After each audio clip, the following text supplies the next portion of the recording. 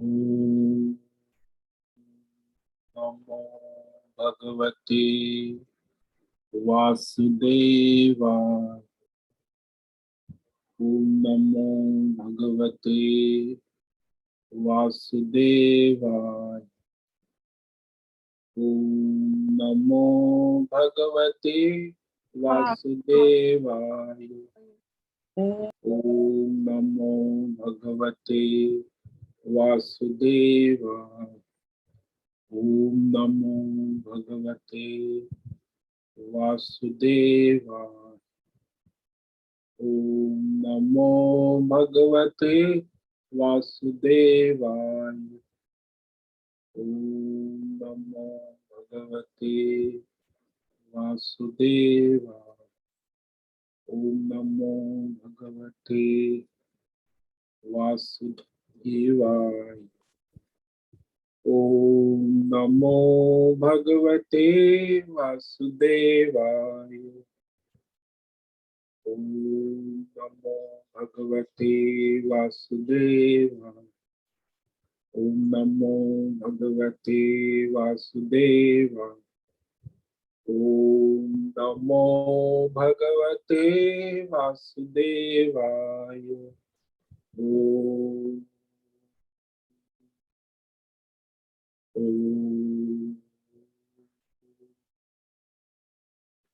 ओम श्री परमात्मने नमो नमः। ओम गंगणपतये नमो नमः। ओम सं सरस्वत्यै नमो नमः। ओम हुं गुरुभ्यो नमो नमः। ओम सहनाववतु सहनौ प्रणाम भुनक्तु स्वामी। सुप्रभात। सह वीर्यं ओम नमो करवावहै तेजस्विनावधीतमस्तु मा विद्विषावहै। ओम शांति शांति शांति। सदाशिव समारंभां शंकराचार्य मध्यमाम् अस्मदाचार्य पर्यन्तां वंदे गुरु परंपरा। वंदे गुरु परंपरा। ओम पार्थाय प्रतिबोधितां भगवत् नारायणेन स्वयं व्यासेन ग्रथितां पुराणम् मध्ये महाभारत अद्वैतामृतवर्षिणीं भगवतीम् अष्टादशाध्यायिनीम् अम्ब त्वामनुसन्दधामि भगवद्गीते भवद्वेषि वसुदेवसुतं देवं कंसचाणूरमर्दनं देवकी परमानन्दं कृष्णं वन्दे जगद्गुरुं। कृष्णं वन्दे जगद्गुरुं। नमस्ते परमं ब्रह्म सच्चिदानंदरूप निर्गुणाय नमस्तुभ्यं ओंकाराय नमो नमः। ओंकाराय नमो नमः। सर्वे दुर्गाणि तरन्तु सर्वे भद्राणि पश्यन्तु सर्वे सद्बुद्धिमाप्नोतु सर्वे सर्वत्र नन्दतु सर्वे सर्वत्र नन्दतु। ओम तत्सत्। ओम ओम ओम। आप सभी ऑनलाइन नेटवर्क पर उपस्थित भगवद गीता संपूर्ण भगवद गीता ज्ञान यज्ञ श्रवण साधना में आज प्रातः आप सभी को अभिवादन अभिनंदन अभिवंदन। हरि ओम हरि ओम हरि। हम सबको आज का यह दिव्य दिन तन मन धन जन देश काल विषय वस्तु परिस्थिति अवस्थाएं अध्यात्म भौतिक दैविक क्षेत्र सभी को अपने अपने पूर्व में अनंत जन्मों में किए हुए संचित पाप पुण्य धर्म धर्म कर्मों के पके हुए फल स्वरूप में वर्तमान में आज सभी को अपने अपने प्रारब्ध अनुसार परमेश्वरी अचिंत्य योग माया के माध्यम से प्रसाद स्वरूप में प्राप्त हुआ है।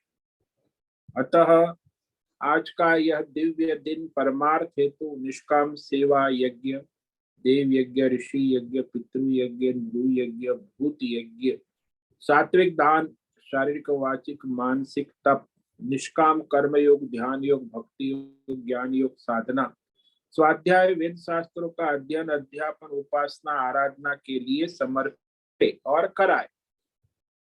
अत्यंत दुर्लभ मनुष्य जीवन की प्रत्येक क्षण को परमार्थ हेतु सार्थक करे और कराए।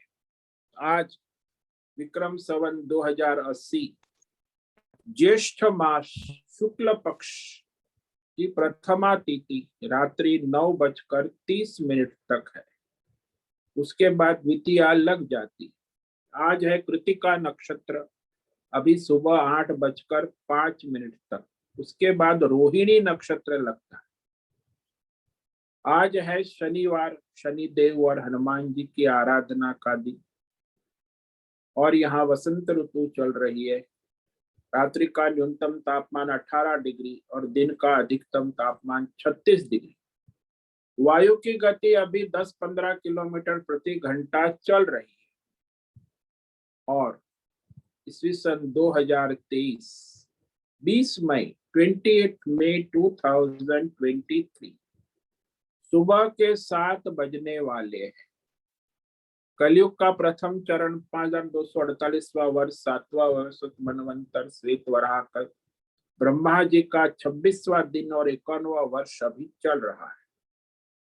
तो ऐसे अनंत कोटि ब्रह्मा और ब्रह्मांडीय परमेश्वरी अचिंत्य योग माया में हमारा यह एक ब्रह्मांड, इस ब्रह्मांड में ये पृथ्वी लोक में समुद्र के ऊपर जम्बू द्वीप, और जम्बू द्वीप में विश्व का एकमात्र वैदिक राष्ट्र भारत, उत्तर हिमालय प्रांत में उत्तराखंड राज्य में टिहरी जिले में हिमालयन शिवालिक पर्वतमाला के अंतर्गत मणिकुट पर्वत के ऊपर नीलकंठ महादेव के सामने ऋषिकेश नगरी में मुनि की रेती प्रांत में शीशम जाड़ी में अवधूत बाड़ा आश्रम के सी ब्लॉक के 5 नंबर कमरे से पहले माले से गंगा किनारे से हम स्वामी उत्तमानंद सरस्वती भगवत गीता के आचार्य शिष्य स्वामी चिन्मयानंद सरस्वती महाराज चिन्मय मिशन कैवल्याद्वैत वेद व्यास भगवतपाद शंकराचार्य की श्रृंगेरी संन्यास परंपरा से शिक्षित दीक्षित सनातन वैदिक भारतीय हिंदू धर्म अनुसार संपूर्ण भगवद गीता ज्ञान यज्ञ ऑनलाइन जूम पर चैतन्यमय जीवंत लाइव प्रसारण के अंतर्गत व्याख्यान माला में भगवद गीता प्रस्तावना पर संस्कृत एवं हिंदी में दिव्य पवित्र सरल व्यावहारिक सटीक पूर्ण वर्ण अक्षर पद वाक्य पंक्ति श्लोक अध्यायों की संगति संधि अन्वय शब्दार्थ वाक्यार्थ भावार्थ रहस्यार्थ के यथार्थ तात्पर्य सहित वैदिक शास्त्र वेद व्यास साहित्य शंकर भाष्य एवं परंपरागत अष्ट सन्यासी आचार्यों की टीका टिप्पणी सहित आज का यह दिव्य भगवद गीता व्याख्यान करेंगे। कृपया आप सभी श्रद्धा भक्ति ध्यान से परिपूर्ण हो करके यह दिव्य भगवद गीता श्रवण साधना करें। कुछ ग्रहण करे, कुछ धारण करे, कुछ अपने जीवन में चरितार्थ करे और उसमें निरंतरता लाए।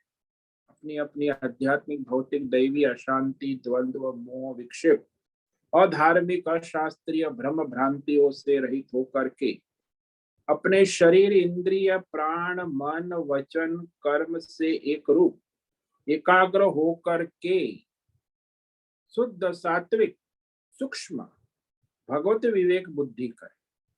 वेद शास्त्र एवं आचार्य परंपरा अनुसार विवेक करे। पुनः पुनः इस व्याख्यान का श्रवण करे, मनन करे, चिंतन करे, चर्चा विचारणा करे, लेखन करे, प्रचार प्रसार करे, लिंक भेजे, अपना और सबका परम कल्याण करे और कराए। ओम तत्सत।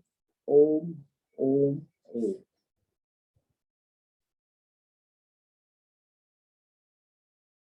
तो भगवत गीता शास्त्र की प्रस्तावना हम विचार कर रहे हैं। तो गीता शास्त्र ईश्वरीय है,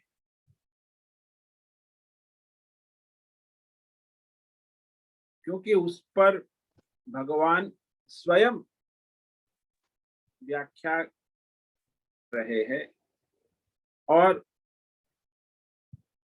भगवान की वाणी के ऊपर शंकराचार्य ने भाष्य यानी व्याख्या, भाष्य का अर्थ होता है व्याख्या, व्याख्याकार,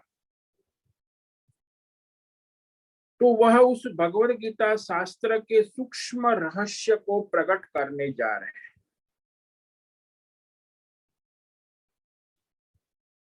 क्योंकि कोई भी शास्त्र यदि मनुष्य बुद्धि के द्वारा मानवीय वाक्यों से प्रेरित है तो उसकी नित्यता सिद्ध नहीं होती, वो देश काल परिस्थिति में परिवर्तनशील हो जाती। लेकिन जब भगवान के वाक्य है, भगवान की वाणी है, उसी किसी भी युग में, देश में, काल में, परिस्थिति में उसमें कोई परिवर्तन नहीं हो सकता। व्यक्तिगत बुद्धि से जो लिखा गया, बोला गया, आजकल वैज्ञानिक लोग भी बड़े बड़े नोबेल प्राइज प्राप्त करते, फिर भी उनका नोबेल प्राइज जो है वापस भी लिया जाता है कि आपकी खोज बदल गई, नई खोज निकली है। तो इस तरह ये मानवीय बुद्धि की सीमा है। लेकिन भगवद गीता जो है उसमें भी जो मनुष्य केवल गीता के श्लोक का पाठ करते हैं तो उनको कोई ज्ञान बोध होना संभव नहीं। रोज गीता पढ़ते, श्लोक पाठ, लेकिन उसका अर्थ बोध हो आवश्यक। इसीलिए प्रत्येक श्लोक के यथार्थ अर्थ बोध के लिए वहां आचार्य की व्याख्या होना आवश्यक है। तो व्याख्याकार जो होते हैं वो भगवान की वाणी जो है उसके प्रत्येक वर्ण को, संधि को स्पष्ट करते हैं, अलग करते हैं, और फिर उस प्रत्येक वर्ण, अक्षर, पद को अलग करने के बाद उसमें वाक्य रचना होती है। वाक्य के बाद वाक्यार्थ, वाक्य का जो अर्थ है, शब्दार्थ और वाक्यार्थ दोनों निर्धारित होते, तो आचार्य कर सकते हैं शब्दार्थ और वाक्यार्थ निर्देश। फिर वो शब्दार्थ वाक्यार्थ से भी बोध नहीं हो सकता, तो उसमें अपेक्षित तर्क और दृष्टांत देना आवश्यक है। तो अपेक्षित तर्क, उचित दृष्टांत के द्वारा उस शब्द और वाक्य की व्याख्यान करें। तो उसमें भी दूसरे विरोधी पक्ष होते हैं, आक्षेप, उसका समाधान करना भी आवश्यक है, तो आचार्य उसका समाधान करते हैं। तो इस तरह बहुत आचार्यों ने व्याख्या की है ना। इसीलिए यहाँ शंकराचार्य ने जो व्याख्या की वह जो सामान्य अधिकारी मनुष्य है, जो विशेष अध्ययन नहीं किया है, आचार्य नहीं है, मंद और मध्यम अधिकारी है, तो उनकी बुद्धि में विवेक जागृत करने के लिए आचार्य शंकर ने यह व्याख्यान यानी भाष्य लिखा है। तो ये संक्षेप में है ना, ज्यादा बहुत विस्तृत नहीं है, 10-15 वॉल्यूम होता है तो कोई पढ़ेगा नहीं। केवल 700 श्लोक में भी उन्होंने 500-700 पेज में संक्षेप में व्याख्या की है, क्योंकि विस्तार में पाठकों की प्रवृत्ति नहीं हो सकती। इसीलिए शंकराचार्य ने संक्षेप में व्याख्या कर भाष्य लिखा। तो संक्षेप में जो होने के कारण उसकी सबकी प्रवृत्ति हो जाती। इसीलिए गीता में, भगवत गीता का प्रामाण्य सिद्ध हो जाता है। तो भगवान की वाणी सीधे मनुष्य, कोई सामान्य मनुष्य पढ़ के नहीं समझ सकता, इसीलिए आचार्य के माध्यम से उसकी व्याख्या होती।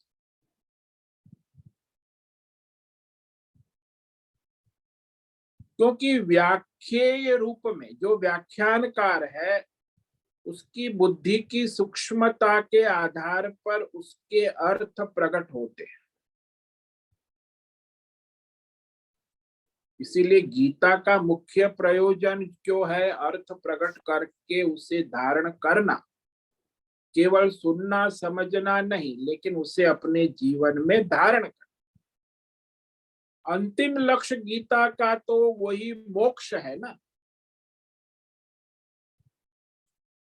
अब मोक्ष शब्द जो है उसे समझना आवश्यक है कि जो संपूर्ण कारण सहित अज्ञान सहित, अज्ञान है ना मुख्य संसार का कारण, मनुष्य को संसार में अहंकार से मोहित करने वाला अज्ञान है ना। तो अज्ञान सहित संसार की ये जो सारी आध्यात्मिक भौतिक दैवी प्रवृत्ति है, उससे आत्यंतिक उपराम होना और परमानंद स्वरूप में स्थित होना। एक तो उपराम होना और स्थित होना। जैसे आप कहीं पर्वत पे चढ़ के जा रहे हैं तो रास्ते में बहुत कष्ट है, सीढ़ियां है, हजारों सीढ़ियां चढ़कर आप फिर वहां पर्वत की चोटी पर पहुंच जाते, तो वहां विश्राम, वहां भगवान के मंदिर में जाके दर्शन कर आप ध्यान बैठते हैं, तो वहां परमानंद का अनुभव कर। ऐसे ही संसार में जो अत्यंत आध्यात्मिक भौतिक दैवी विक्षेप है, और जो विक्षेप है अशांति है, उसका मूल कारण अज्ञान, वो विषय या संसार नहीं है। संसार तो अपनी जगह है, जैसा है वैसा है। लोग कहते संसार में बहुत कष्ट है, संसार में कोई कष्ट नहीं। वो जीवात्मा जो है अज्ञान से उसका संग कर मोहित होकर उसके अज्ञान के द्वारा ही वो दुखी होता है, परेशान रहता है। कहीं भी आपको कोई कष्ट है, परेशानी है, दुख है, अशांति है, उसका मूल कारण अज्ञान ही है।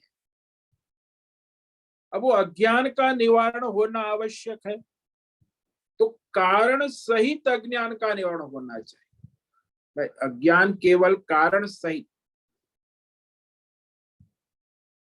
तो जब कारण सहित शास्त्र प्रमाण से और आचार्य प्रमाण से अपनी अनुभूति से जब हमारा अज्ञान निवृत्त हो, कई बार मनुष्य व्यक्तिगत स्तर पे अपना समझता है कि मैं तो समझ में आ गया, लेकिन आपका अज्ञान व्यक्तिगत स्तर पे निवृत्त नहीं हो सकता। उसमें आचार्य परंपरा शास्त्र प्रमाण से कारण सहित अज्ञान की निवृत्ति होना आवश्यक, तब जाके वो आत्म स्वरूप का आनंद प्राप्त होता है। तो कारण सहित अज्ञान की निवृत्ति और परमानंद की प्राप्ति को मोक्ष कहा जाता है। यानी आप सारे सांसारिक बंधनों से, भय से, शोक से, अशांति से निवृत्त हो गए। और निवृत्ति का कारण क्या है? अज्ञान की निवृत्ति हो। जैसे आपके शरीर में बहुत सारा कष्ट है, दुख है, और आप परेशान है, डॉक्टर के एक डॉक्टर से दूसरे डॉक्टर, एक अस्पताल से दूसरे अस्पताल, शारीरिक अनेक कष्ट है, समस्या है। अब अज्ञान ये है कि जो आपने मान लिया कि मैं शरीर हूं और ये मेरा कष्ट दुख मेरा है, ये अज्ञान। वास्तव में मैं इस शरीर पंच महाभूत प्रकृति का है, मैं उसका साक्षी दृष्टा अंतर्यामी आत्मा हूं, मैं अमर हूं, अमृत हूं। ये तो मृत है, शरीर जो है मरने वाला है और उसमें बीमारियां रहेंगी, वो मैं हूं ही नहीं। हाँ, मेरा शरीर है, जैसे आप कहते मेरा कपड़ा फटा हुआ है, मुझे बड़ी परेशान, मेरा कपड़ा फटा हुआ है, मैं तो जैसा हूं वैसा हूं ना। तो अज्ञान से अपने को आत्म स्वरूप का विस्मरण होने के कारण शरीर मान ले। अब ये जो ज्यादातर मनुष्य तो अपने को भौतिक शरीर ही मानते हैं कि ये स्त्री पुरुष ब्राह्मण क्षत्रिय भारतीय विदेशी, बस उसी में वो अज्ञान है। उससे भी सूक्ष्म शरीर मानते हैं कई लोग, बुद्धिमान होते, वो भी अज्ञान है।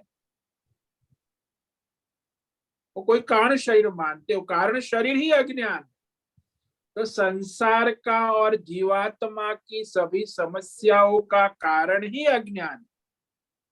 और आपके संसार और समस्याएं समाप्त हो जाती है जब आप सो जाते हैं। सोने के बाद सुषुप्त अवस्था में न संसार है न आप है, तो आप शांति से आनंद में मग्न है, उसी को परमानंद में मग्न। लेकिन आपको पता नहीं है कि आप संसार बंधन से और अपने जीव भाव से मुक्त हो गए। और टेम्पररी सुषुप्त अवस्था में भी अज्ञान से पड़े होने के आपको अपने परमानंद का रोज आप परमानंद प्राप्त करते, रोज 4 घंटा 6 घंटा 8 घंटा सोते हैं, वो परमानंद परमात्मा के सानिध्य में ही है, लेकिन आपको अज्ञान है। तो ये टेम्पररी मोक्ष होता है, रोज सबका मोक्ष होता है, लेकिन वो केवल 4 6 घंटे बिस्तर में सोने के बाद। अब जगने के बाद ये संसार मेरा तेरा होने लगता है। इसीलिए यहाँ ये जो संसार में आसक्ति है, मैं और मेरा,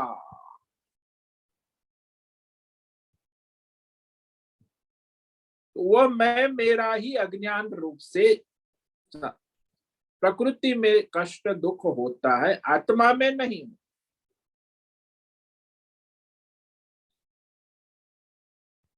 इसलिए भगवत गीता कहते कि आप अपने शरीर को मन को बुद्धि से अपने को असंग करो तो आप आनंद स्वरूप। लेकिन हम तो सो जाते हैं तब असंग हो जाते हैं, संसार और शरीर से आनंद में रहते। कोई मूर्छित होके गिर गया है तो भी वो संसार और शरीर के बंधन से मुक्त हो जाए। कोई जड़ समाधि में बैठा हुआ है, वो भी संसार और शरीर के बंधनों से, लेकिन कुछ क्षण कुछ घंटे कुछ मिनट तक वो संसार के दुख से मुक्त हो जाते। वो मुक्ति नहीं है, टेम्पररी संसार दुख का अभाव हो जाता है। किंतु वहां जो संसार के सारे दुखों का कष्टों का मूल कारण अज्ञान है, वो अज्ञान बना रहता है। जब तक अज्ञान बना रहता है संसार दुखों का अत्यंत अभाव नहीं हो सकता। गलत फहमी है, अज्ञान है कि मैं मनुष्य हूं, मैं। हालांकि वेद शास्त्र कहते भगवान तुम सच्चिदानंद आत्मा हो, असंग हो, चैतन्यमय हो, पूर्ण हो, परमानंद स्वरूप हो। ये सब सुनने में अच्छा लगता है, लेकिन जब हम मानते हैं कि मैं शरीरी हूं, मैं संसारी हूं और मैं सुखी दुखी होता हूं, तो वो अज्ञान है ना। तो मूल कारण अज्ञान से बना हुआ ये जो भौतिक आध्यात्मिक दैविक संसार दुख जो अनुभव हो रहा है, उसका अत्यंत अभाव नहीं होता। कारण सहित संसार दुखों का अत्यंत अभाव होना, उसके लिए ज्ञान चाहिए। और जिसको आत्मज्ञान हो गया है कि सब भगवान है, मैं भी भगवान का स्वरूप हूँ, सब चैतन्य में आत्मा है, इसमें ना कोई सृष्टि सर्जन है पालन है, न जन्म है न मरण है, न आना है न जाना है, अपने आत्म स्वरूप में स्थित हो गया, तो सारे संसार के दुखों से मुक्त हो जाते।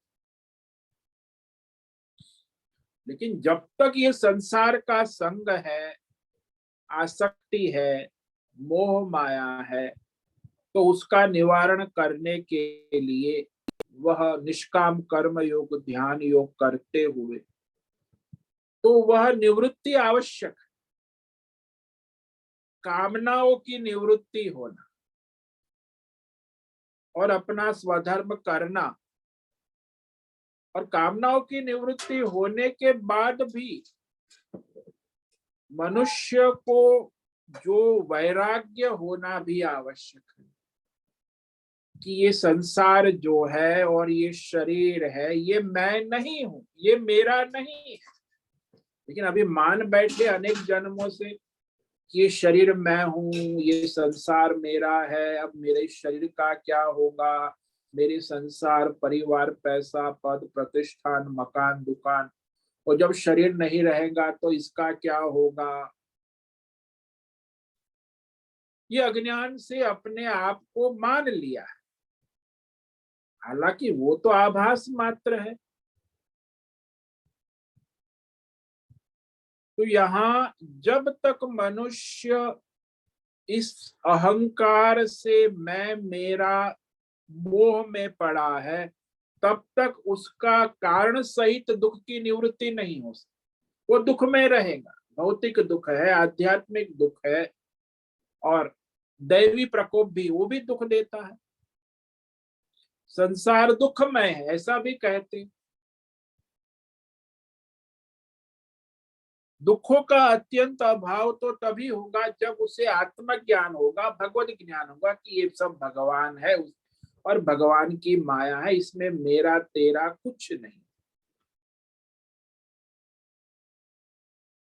सर्व कर्म ईश्वर में परिपूर्ण है, ऐसी परमार्थ तत्व निष्ठा जिसको संन्यास कहते हैं, वो निवृत्ति धर्म है। तो ऐसा जिससे विवेक होता है, वो विवेक इसी गीता ज्ञान से हो।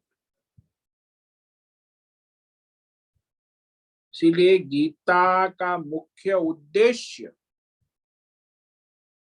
स्वयं भगवान ने कहा है कि आत्मज्ञान, परमार्थ ज्ञान के लिए मनुष्य को सर्व कर्म संन्यास पूर्वक आत्मज्ञान निष्ठा रूपी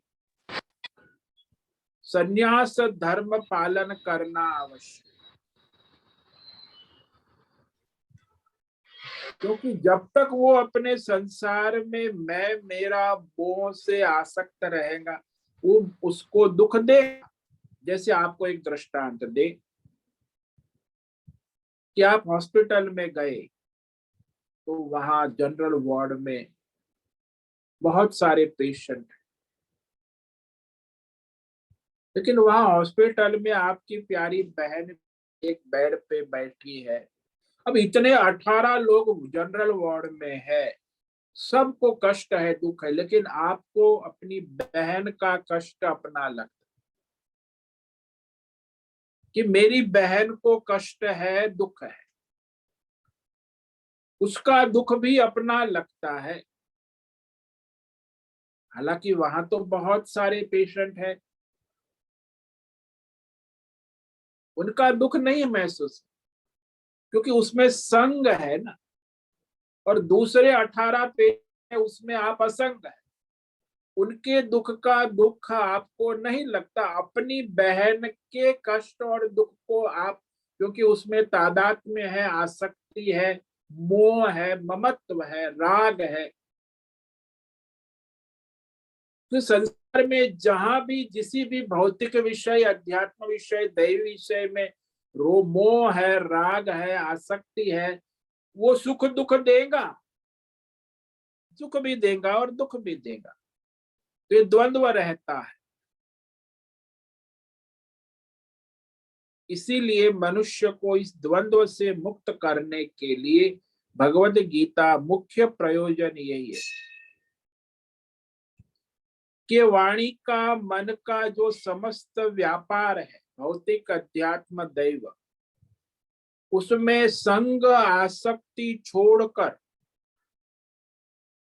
भगवत चिंतन करता हुआ एक आसन में स्थित होकर जो पुरुष धर्म अधर्म से रहित है, पाप से रहित है और अपना नित्य कर्म प्रारब्ध अनुसार करने वाला है, वह परमात्मा का ही स्वरूप है। देखो, परमात्मा मैं हो गया, वही परमात्मा का स्वरूप है। तब तक ये सारी इंद्रियों का व्यापार चलता रहता है, लेकिन भगवत चिंतन करने वाला मनुष्य जो है, वो स्थिर अपनी ध्यान में आसन में बैठकर पाप पुण्य धर्म अधर्म शुभ अशुभ कर्म से उपराम है। वो प्रारब्ध के अनुसार होता है, लेकिन उसमें उसको आसक्ति नहीं, असंग है। न धर्मी है न अधर्मी है, न शुभ है न अशुभ कर्म करने वाला, वह परमात्मा का ही स्वरूप यानी साक्षी दृष्टा है, अपने आत्म स्वरूप में स्थित। तो उसी को मोक्ष कहते हैं। अब ये मोक्ष के बारे में बहुत सारे भ्रम। कोई कहता है केवल कर्म से मोक्ष प्राप्त हो जाता है, कोई कहता है केवल ज्ञान से मोक्ष प्राप्त होता है, कोई कहता है कर्म और ज्ञान दोनों साथ में मोक्ष प्राप्त कराते हैं, कोई कहता है ज्ञान पहले चाहिए बाद में कर्म होके मोक्ष प्राप्त होता। तो ऐसा अनेक विचारधारा है, इसलिए उस विचार और भ्रम का निवारण करना आवश्यक। भाई, कर्म साधन है, कर्म से निष्काम कर्म से आगे निरंतर बुद्धि इंद्रियों का संयम शुद्धि होने के बाद मोक्ष तो केवल आत्मज्ञान से ही होता है। ज्ञान मोक्ष का साक्षात साधन है। ये कर्म और उपासना वो सहायक है बुद्धि शुद्धि के लिए, एकाग्रता के। इसलिए मनुष्य संसार में मोक्ष लक्ष्य रखा हुआ है, लेकिन उसे विवेक करना आवश्यक होगा कि परमार्थ सिद्ध करना है तो पहले अपने कर्म को शुद्ध करना होगा। जब कर्म शुद्ध नहीं होंगे धर्म पर, तो परमार्थ में आगे कैसे बढ़े।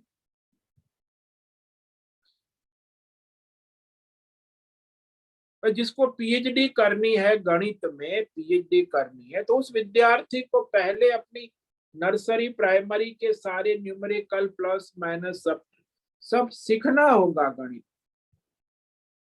फिर प्राइमरी के गणित के बाद हाई स्कूल का गणित पास करना होगा।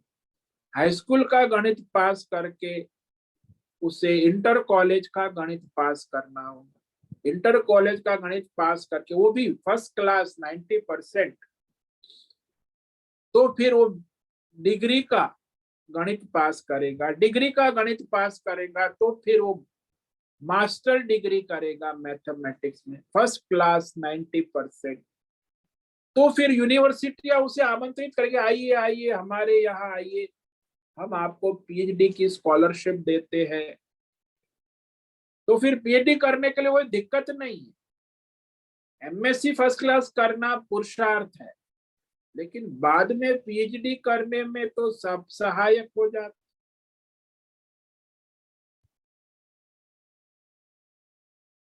तो जैसे वो ज्ञान पीएचडी प्राप्त करना है, तो ज्ञान सिद्ध करने के लिए पहले प्राइमरी हाई स्कूल करना आवश्यक है, वैसे ही यहाँ भी है। भाई, आत्मज्ञान को सिद्ध करना है तो उसके लिए पहले धर्म कर्म करना, कर्म शुद्ध करना आवश्यक। कर्म शुद्ध करने के बाद उसे निष्काम कर्म योग करना आवश्यक है।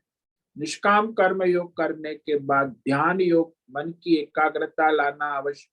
ध्यान योग के बाद भक्ति, ईश्वर की आराधना उपासना, बुद्धि को ईश्वरमय करना आवश्यक है। अब ईश्वर में होने के भक्ति के बाद वो ज्ञान योग में प्रवेश कर, तब वो भगवान के स्वरूप को जानता है, जान सकता है। इसीलिए भगवान भगवद गीता के अंत में जो श्लोक उन्होंने भगवान ने अंतिम श्लोक कहा वो बड़ा महत्व का है। भगवान कृष्ण ने अर्जुन के प्रति ऐसा ही कहा, सर्वधर्मान परित्यज्य मामेकं शरणं व्रज अहम त्वा सर्व पापेभ्यो मोक्षयिष्यामि मा शुचः। यानी सारे आपके धर्म अधर्म शुभ अशुभ भ्रम है कर्म है वो सब ईश्वर को समर्पित करते जा। सर्वधर्मान परित्यज्य, सभी कर्म ईश्वर समर्पित भाव से करते जा और एकमात्र परमेश्वर की शरण में आ जा। हम समर्पित करते जा और परमेश्वर की शरण में रहे, सतत शरणागति। तो मैं तुम्हें सारे पाप पुण्य धर्म अधर्म कर्म बंधनों से अहम त्वा सर्व पाप सारे पाप पुण्य धर्म अधर्म कर्म बंधन मुक्त कर दो, मोक्ष। तुम शोक ना करो, तुम जहां हो जैसे हो तुम्हारा जो प्रारब्ध है वर्तमान देश काल परिस्थिति है वहां इतना ही करना है कि आपको पूर्ण कर्मों को ईश्वर समर्पित करना है और ईश्वर समर्पित कर्म स्वयं को भी ईश्वर की शरण में रखना है। कई बार मैंने वो अहंकार, मैंने ईश्वर को समर्पित कर्म, वो अहंकार नहीं आना चाहिए। तो ईश्वर को समर्पित कर्म कर रहे हो तो ईश्वर की शरण में होकर समर्पित करो, तब जाके वह भगवान गारंटी देते हैं कि तुम्हें अब शोक करने की कोई जरूरत नहीं है, तुम मेरे समर्पित हुए हो, हम तुम्हारा सारा योगक्षेम वहन करेंगे, तुम्हें परमार्थ के मार्ग पर आगे ले जाए। तो ज्यादातर मनुष्य संसार में जो है कर्म करते हैं, प्रवृत्ति करते हैं, वो कामना से, जब तक वो कामना से प्रेरित है वो परमार्थ ही हो सकता। हाँ, वो भौतिक समृद्धि हो सकती है, मोटर गाड़ी बंगला रुपया पैसा परिवार यश कीर्ति प्रतिष्ठा ये सब हो सकता है, लेकिन उससे वो जो संसार के सारे आध्यात्मिक भौतिक दुखों की निवृत्ति नहीं हो सकती।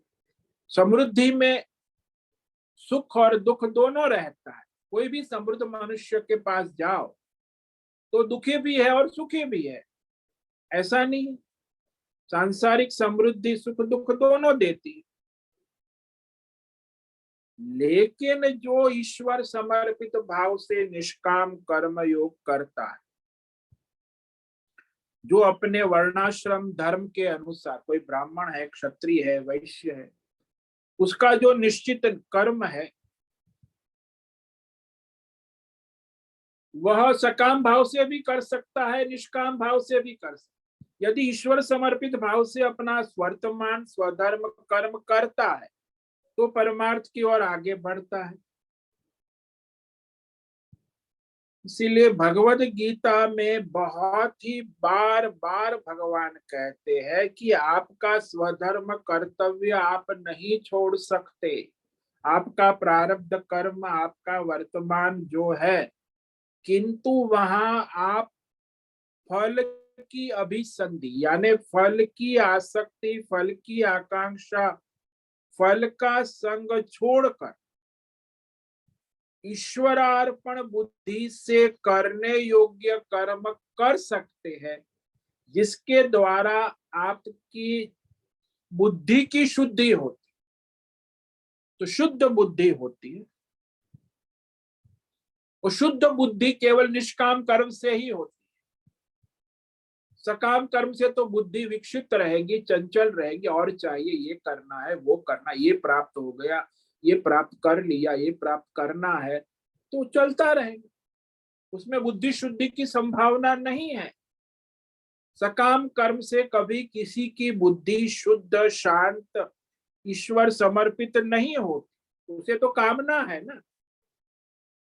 तो बुद्धि शुद्धि का एकमात्र मार्ग भगवान गीता में कहते, जो शुद्ध अंतकरण है, बुद्धि शुद्धि, भगवत बुद्धि, विवेक बुद्धि, तो वह योग्यता इस भगवत समर्पित कर्म से ही आती। निष्काम कर्म योग, ध्यान योग, भक्ति योग के द्वारा बुद्धि शुद्धि की संभावना है, अन्यथा नहीं। इसलिए बार बार अर्जुन को कहते, माम अनुस्मर युद्ध च माम शरणम भव माम एव प्रतिपद्य माम प्रपद्य। कितनी बार कहा, 100 बार कहा होगा कि अर्जुन तुम युद्ध करो, लेकिन अपने लिए मत करो, मेरे लिए करो, ईश्वर के लिए। वो तुम्हारा कल्याणकारी है, तुम्हारी बुद्धि की शुद्धि का साधन हो जाए। नहीं तो बुद्धि में विक्षेप रहेगा।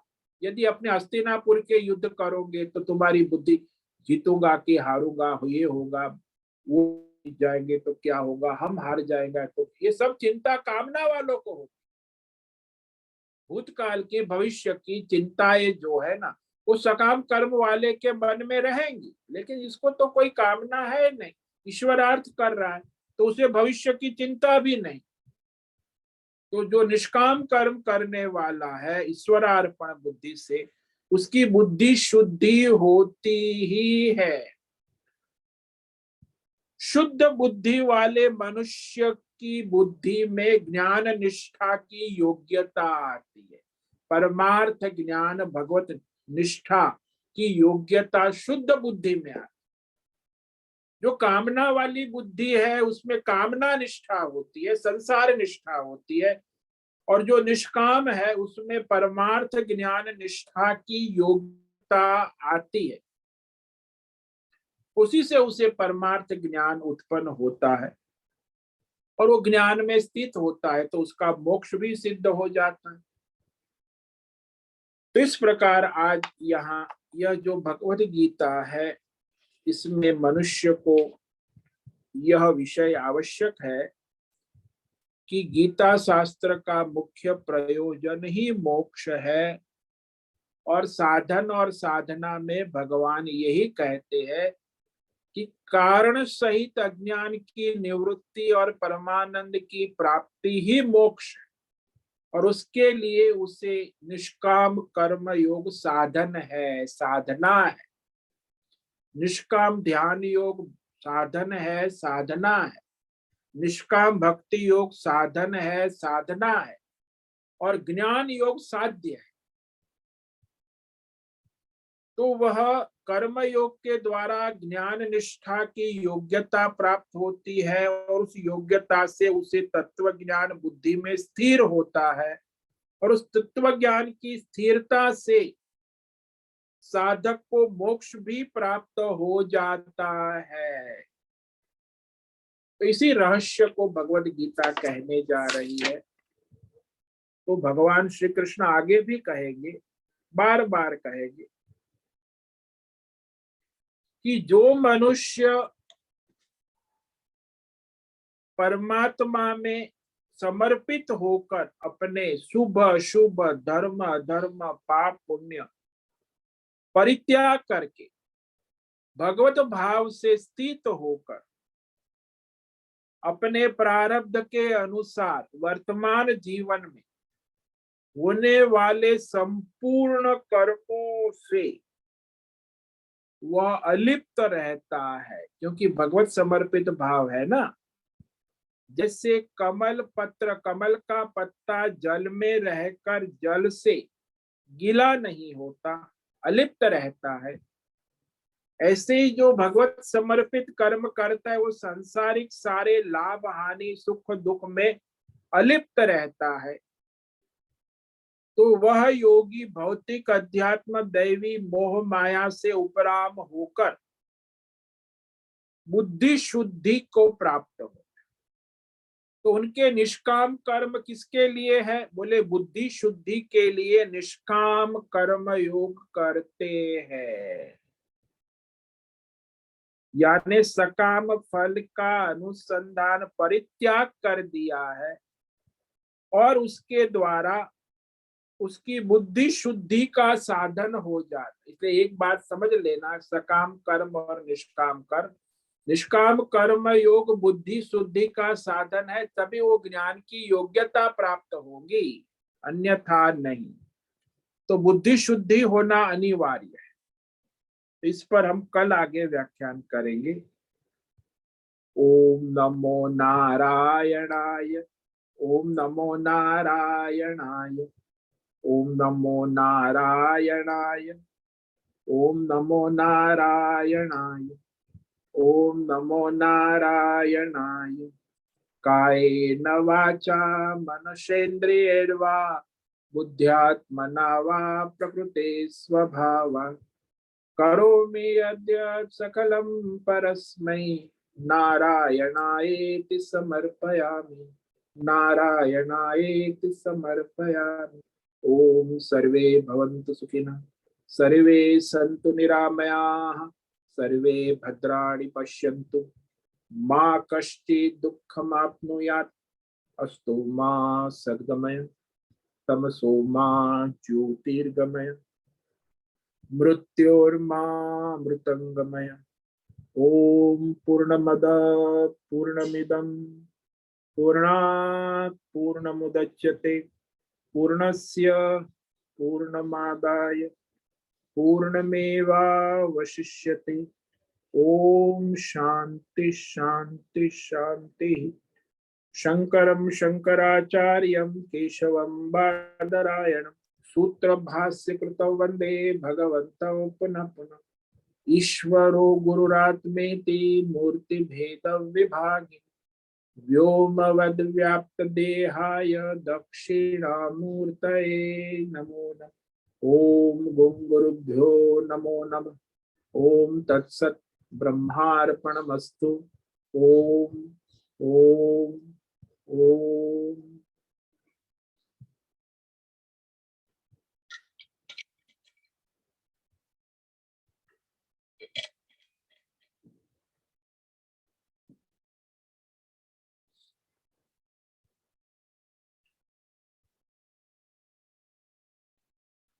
कल रविवार है, शाम को सत्संग होगा 6 से 7। तो शाम का सत्संग हर रविवार को शाम को 6 से 7।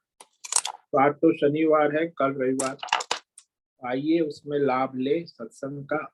और अभी किसी साधकों को कोई प्रश्न है, अपना प्रश्न पूछ सकते हैं, अभी प्रश्न काल है। प्रश्नोत्तरी। ओम नमो नारायण। गुरुदेव। ओम नमो नारायण। बोलो। हाँ गुरुदेव, शरीर ये अपना शरीर है, वो हम देख सकते हैं, समझ सकते हैं। और सूक्ष्म शरीर जो मन आत्मा है, बुद्धि चैतन्य है, उसको कहते हैं। पर कारण शरीर जो आप बोले वो तो अपने आप होता ही रहता है। उसको आपने बताया कि उसका भी अज्ञान है, वो कैसे निवारण हो सकता है? कारण शरीर स्वयं अज्ञान है ना। अज्ञान का निवारण आत्मज्ञान से होगा। वो तो अज्ञान स्वरूप है ना। कारण शरीर अज्ञान ही कारण है ना। आपके भौतिक संसार का कारण ही तो अज्ञान है। तो अज्ञान कारण शरीर को ही अज्ञान कहते। वहीं से ये स्वप्न जगत, जागृत जगत, ये भौतिक अध्यात्म देव संसार की प्रतीति होती। जैसे आपको सुवर्ण तत्व का अज्ञान है, तो फिर आपको सारे गहने दिखने लगते, अंगूठी, नेकलेस, बैंगल, चेन, बाजे बाजे। तो वो सारी अंगूठी, नेकलेस, चेन, उसी में आप उलझे रहते हैं। ये सोना है ऐसी बुद्धि होती ही नहीं।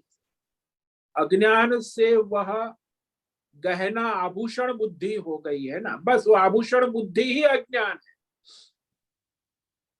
आभूषण बुद्धि ही अज्ञान है, सुवर्ण बुद्धि ही ज्ञान है। ऐसे ही ये संसार बुद्धि ही अज्ञान है और भगवत बुद्धि ही ज्ञान है।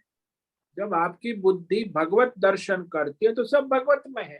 फिर आपको देवता असुर कोई भेद नहीं है। राक्षस भी भगवान का स्वरूप है, देवता भी भगवान का स्वरूप है, सब भगवत में है। रावण भी भगवान का स्वरूप है, राम भी भगवान का ही अवतार है, सीता भी भगवान का ही स्वरूप है, राम भी भगवान का ही।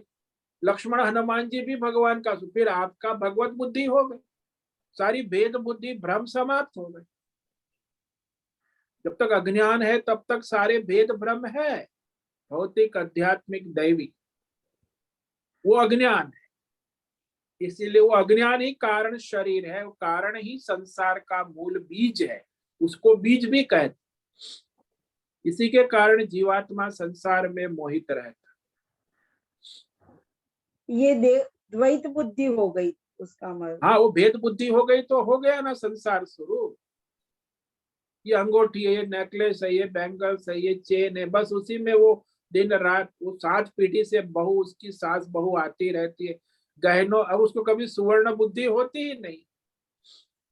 7 जन्म 7 पीढ़ी चली गई, उसकी सास उसके, उसने चढ़ाए, उसकी सास ने उसकी बहू को चढ़ाए गहने, वही चलता है। वो अज्ञान है ना, वो अज्ञान के कारण ही ये संसार जो है प्रतीत होता है, प्रतीति है। वास्तव में ये धर्म अधर्म, पाप पुण्य, देवता असुर, युग कलियुग, त्रेता युग, द्वापर युग, ये लोक लोकांतर, ये सब जो है अज्ञान से ही सब परमात्मा का ही स्वरूप है। गहने बहुत सारे हैं, स्वरूप तो सुवर्ण ही है ना। तो ये सारा संसार जब तक प्रतीत हो रहा है तब तक अज्ञान है। केवल भगवान, सब भगवान है ऐसी बुद्धि हो गई तो आप मुक्त हो गए कि काल भी भगवान है, लोग भी भगवान है, सज्जन और दुर्जन भी, स्त्री और पुरुष और सो अपने और पराये, सब भगवान का ही स्वरूप। जिसकी भगवत बुद्धि हो गई वो मुक्त हो गया, और जिसकी संसारी बुद्धि है, आध्यात्मिक संसार, भौतिक संसार, दैवी, तो उसी में उलझा रहता है। वही तो अज्ञान है ना। और जो संसार का अनुभव होता है वो भी अज्ञान है। जो भी आपका अनुभव है वो अज्ञान ही है। अज्ञान से उत्पन्न अज्ञान ही होता है। ज्ञान से ज्ञान उत्पन्न होगा, अज्ञान से अज्ञान उत्पन्न होगा। तो आपका जो संसार का अनुभव है, जितना भी आध्यात्मिक भौतिक दैवी, वो अज्ञान से उत्पन्न हुआ अज्ञान ही है, वो कोई ज्ञान नहीं है, आभास मात्र।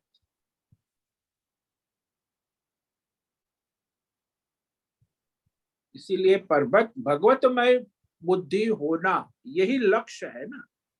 इसी को तो यहाँ कह रहे हैं ना कि जब वह परमात्मा में सारे धर्म अधर्म, पाप पुण्य कर्मों का परित्याग करके भगवत भाव से स्थिति प्राप्त करता है, और वह अपने वर्तमान जीवन में प्रारब्ध के सुख दुख को सहन कर और करते समय संपूर्ण कर्मों में अलिप्त रहता है। जैसे कमल का पत्ता जल में रहकर अलिप्त रहता है, गिला नहीं, तो वह आत्मज्ञान निष्ठ योगी जो है वो भौतिक अध्यात्म दैवी संसार की मोह माया आसक्ति को छोड़कर भगवत बुद्धि में स्थित हो जाते, यानी उसकी बुद्धि भगवतमय हो जाती है। वही मुक्त है जिसकी बुद्धि भगवतमय है। वो भगवतमय बुद्धि होने के बाद जीवन है तो कर्म भी भगवतमय ही है। उसके बुद्धि शुद्ध हो गई ना, भगवतमय हो गई, तो यदि कुछ कर्म हो रहे तो वो भी भगवतमय, और कुछ कर्म नहीं हो रहे तो भी सब भगवतमय है।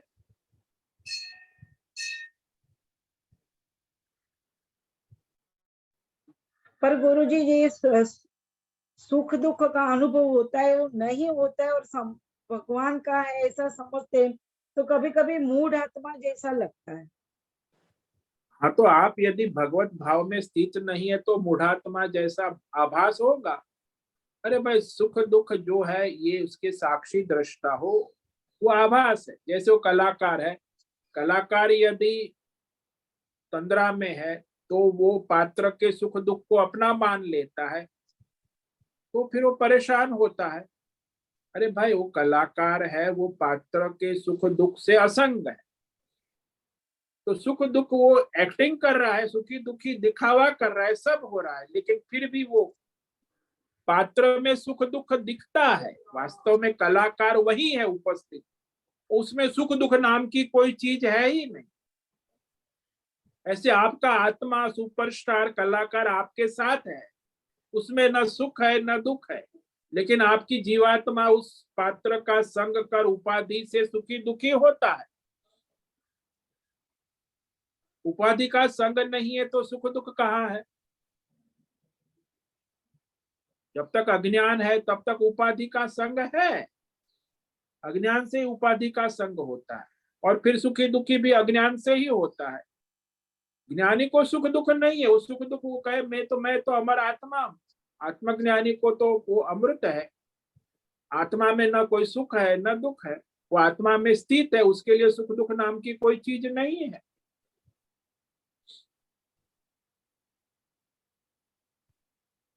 हमें तो बार बार अनुभव हो जाता है वो। हाँ, तो मतलब आप संग करते हो, अभी आपका जो है असंग नहीं हुआ, आसक्ति छोड़कर बुद्धि शुद्धि नहीं है। मतलब जब बुद्धि शुद्ध होके भगवतमय साक्षी आत्मा बुद्धि हो गई तो फिर वहां कुछ मान अपमान, जो महात्मा का जीवन चरित्र पढ़ो संतों का तो आपको पता चलेगा, उनको असंग हो गए, मान अपमान में सम हो गए। बुद्धि शुद्धि के लिए निष्काम कर्म योग करना, ध्यान भजन भक्ति करना तब तक है जब तक ये बुद्धि शुद्ध नहीं हो, भगवतमय नहीं हो।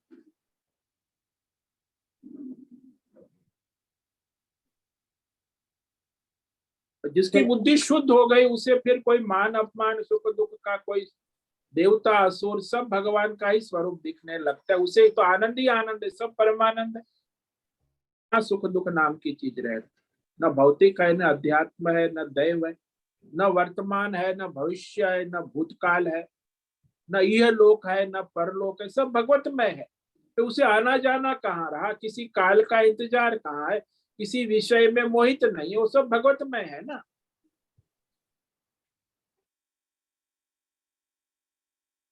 प्रणाम स्वामी जी। ओम नमो धन्यवाद नारायण।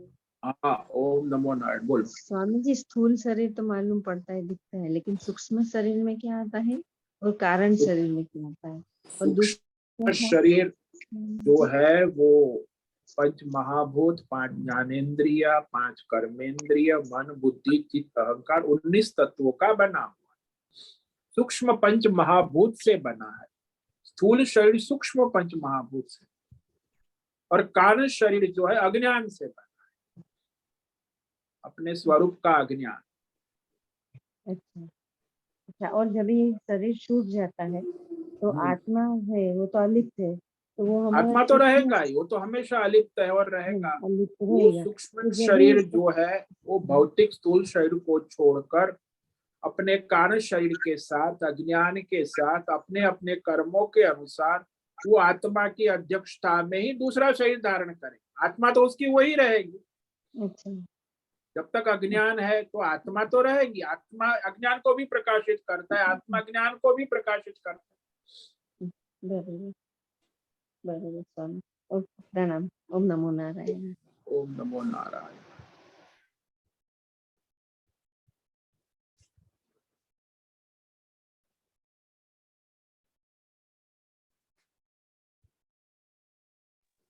ओम नमो नारायण स्वामी जी।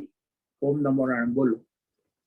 स्वामी जी, आज आपने जो पद्धति बताई कि पहले कर्म योग, ध्यान योग, भक्ति योग, फिर ज्ञान योग, तो ये क्रम अनुसार अगर हम लोग जाएंगे तो ही आत्मज्ञान की प्राप्ति होती है।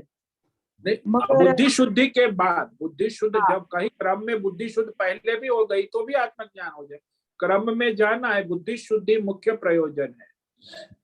अच्छा, हाँ वही मैं पूछने जा रही थी कि किसी किसी को तो ये ज्ञान कुछ पता ही नहीं है, मगर फिर भी उन लोग अगर जो भी कर्म करते हैं वो कर्म योग से ही करते हैं, तो हाँ, तो वो उनकी बुद्धि शुद्ध है, भगवत समर्पित है, तभी होता है, अच्छा भगवत भाव है।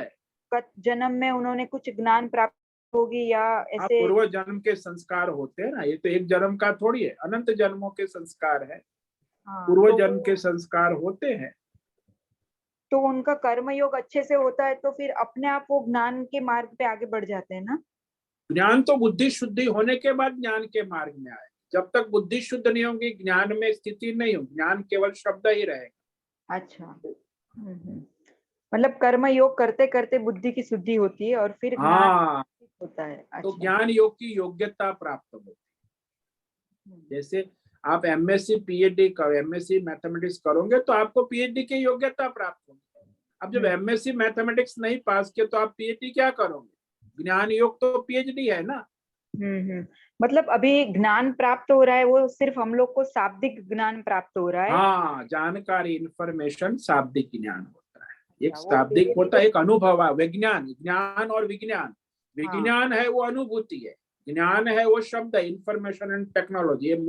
मीडिया में भी, गूगल में भी, आर्टिकल, सब जगह आपको जो ज्ञान होता है शाब्दिक ज्ञान होता है, वो तो उपलब्ध है। ये उसको साधना करके अनुभव में लाओगे तब वो विज्ञान होगा। हाँ, तभी वो व्यवहार में आता है हमारे। हाँ, वो जीवन में आता है। अच्छा।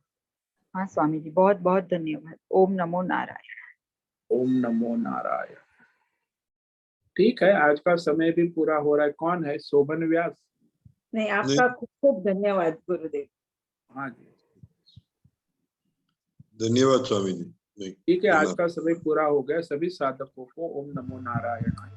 ओम नमो नारायण स्वामी जी। नमो नारायण स्वामी। सभी साधकों को ओम नमो नारायण। ओम नमो नारायणाय। ओम नमो नमो नारायण। उससे निवेदन है आज का सत्संग पूर्ण करें। ओम नमो नारायणाय। साधकों को ओम नमो नारायण। आज का सत्संग हम ये पूर्ण कर रहे हैं। सभी साधकों को ओम नमो ओम नमो नारायण स्वामी जी। ओम नमो नारायण। ओम नमो नारायणाय। ओम